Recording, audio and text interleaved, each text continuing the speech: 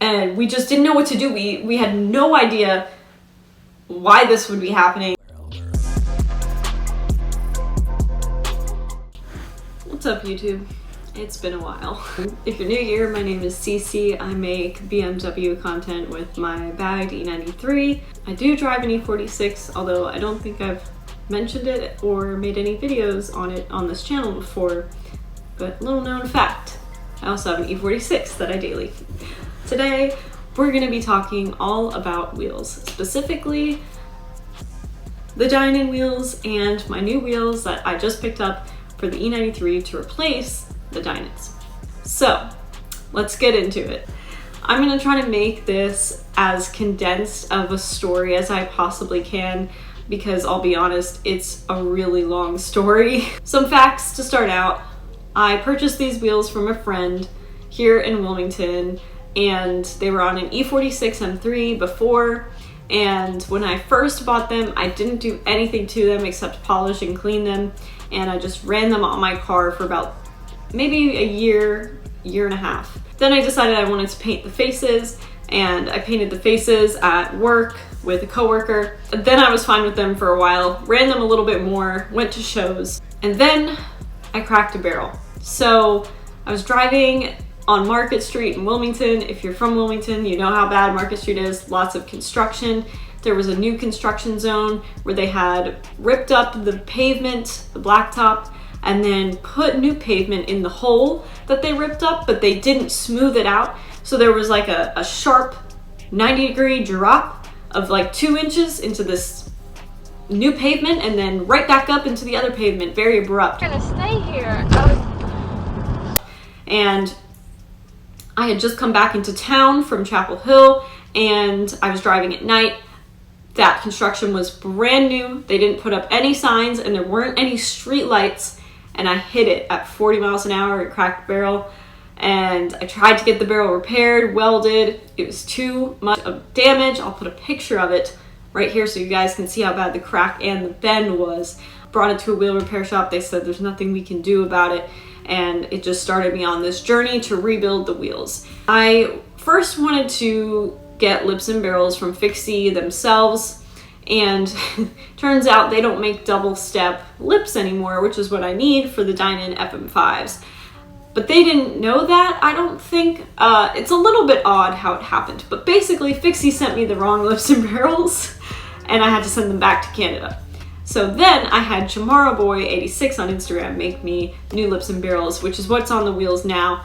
There's nothing wrong with them, they're perfectly fine, just the specs I wanted. Me and Stockton rebuilt the Dynons ourselves here in my house, but we followed Fixie's instructions to a T. Blue Loctite, torque spec, the right silicone, everything. And I even ordered brand new hardware and washers from Fixie, and that's what I used on my wheels. And we did everything we thought was right. And we did do things right. Not thought, we did. We did do everything right. But let's go and take a look at these wheels, and I'll explain a little bit more about why things went wrong. Okay, I hope you guys can see that. If you look here on the back side of the wheel, you'll notice all of the bolts. So there's 20 bolts in each wheel, and unlike normal 3-piece wheels that have a nut and bolt assembly, these actually thread right into the actual face of the wheel. So this aluminum face here has threads. So a 20-year-old wheel, we threaded in the bolts and, you know, did the star pattern, torqued them to spec everything right, but the threads were they were kind of weak, and we were very careful, but we were a little wary. Once we had them rebuilt and it was time for my next show, which was in Charleston, South Carolina, I had them on my car, had tires on them, everything was great. I, thought we were good to go. So we just packed up the car and did our normal show routine, brought some tools like we always do, and headed down to Charleston. We were about 45 minutes out when I heard like a metallic ding, and something just told me to pull over. So Stockton's driving in front of me in his E90, and we both pull into this gravel parking lot of a restaurant. And we're looking around my car and we're like, don't see anything strange, But then you know, I look at Stockton and he's sitting next to my car and he's got his hand like this, like behind the face of the wheel. And I'm like, what is he doing? And his face just like turns white. And I'm like, oh God, whatever he just found is not good. And he goes, Cece, 5 out of 20 bolts on your wheel are missing. I was like, missing? He's like, they broke. I can feel where they broke. They broke off. And we just didn't know what to do. We had no idea why this would be happening. I was a booth car for a vendor at Slammed of Charleston, and I was like, I gotta get down to the show. What do I do? Luckily, I have a friend, Abby, who has a shop down there, and I asked her if she had any spare BMW wheels laying around with tires on them that I could just borrow, throw them on, drive down to the hotel and into the show.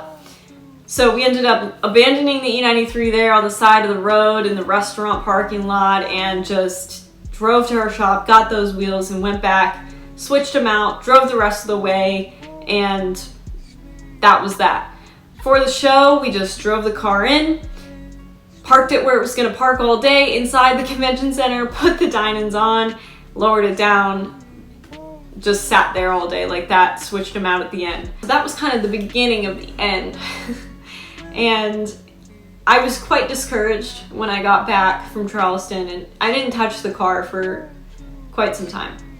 I let it sit. I started contemplating everything, and I was upset. I was hurt. I didn't know what I did wrong. I thought I did something wrong. I decided to just put the build on hold, put shows on hold. I really did want to get the car done for Gatlinburg. Eventually, I hit up Exotics Motorsports in Greensboro, North Carolina, kind of Greensboro, High Point area. And George over there did a fantastic job. He understood all of my concerns. He looked in depth at the wheels, and he figured out what he needed to do to get them to a point where he would feel safe driving on them, or even his wife driving on them. And he did everything in his power to ensure that he had the best hardware, replaced all of the factory fixie bolts with flange bolts of, you know, the maximum hardness, or at least a couple levels of hardness over what fixie even recommends. And he was like, Cece, I stand behind my work. He had the wheels ready just in time for Gatlinburg. He had the machine shop do overnight work and got the wheels ready for me literally the night before I was about to leave for Gatlinburg, and I just thank him so much for that. And I had a great time. So I drove on those wheels on the dine-ins in Gatlinburg all weekend, and even drove 5.5 hours back, and I had no issues with the bolts. And I was just like, finally, we're good. I'm at a good place. We're solid. But then drove my car to work, got home. I was washing it for Cars and Coffee the next morning, and I was constantly checking the bolts, putting my hands behind the wheels and checking the bolts. And one of the bolts on the rear wheels was broken, just like before. And I can't express the frustration and the disappointment that I felt when I found that broken bolt, but it was just not good. So of course I messaged George, and he feels terrible. He's like, oh my God.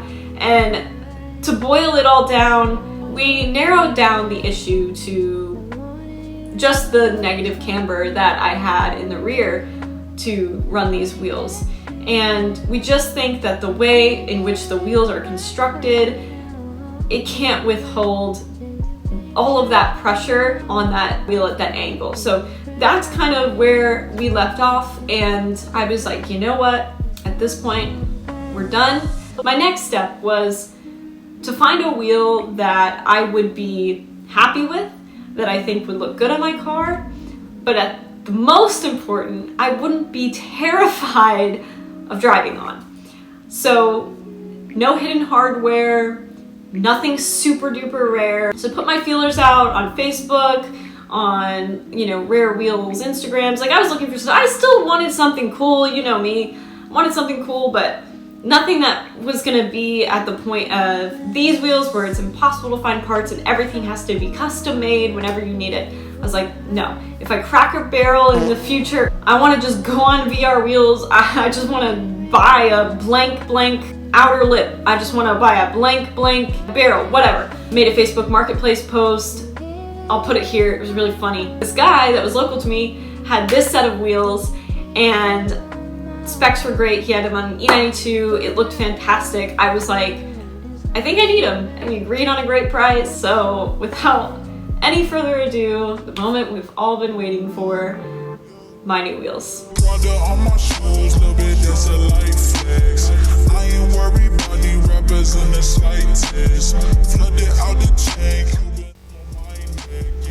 So here they are. These are my 18-inch OZ Futuras, fully polished with gold hard. I think that they are a very classic design. If I could find a 5-spoke wheel that worked, I was definitely gonna get it. And this just popped up on that Facebook post I made. Number one, he's local. I didn't want to deal with shipping mess because we know how that goes. So, yep, just picked him up. He came to Stockton to work, so I'm super excited. I don't know if I'm gonna keep the gold hardware or not. I'm not sure how I feel about it. I gotta kind of see it on my car first, I think. But yeah, so I'm just stoked. I'm more than anything, I'm just ready to drive my car again, dude. I wanted a wheel that I could drive on, that I wasn't gonna have to worry if anything happened to them in the future. So, in the Futura.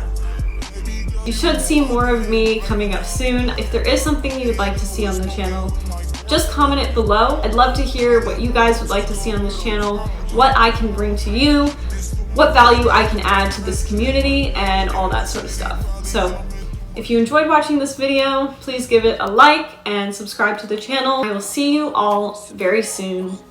Bye.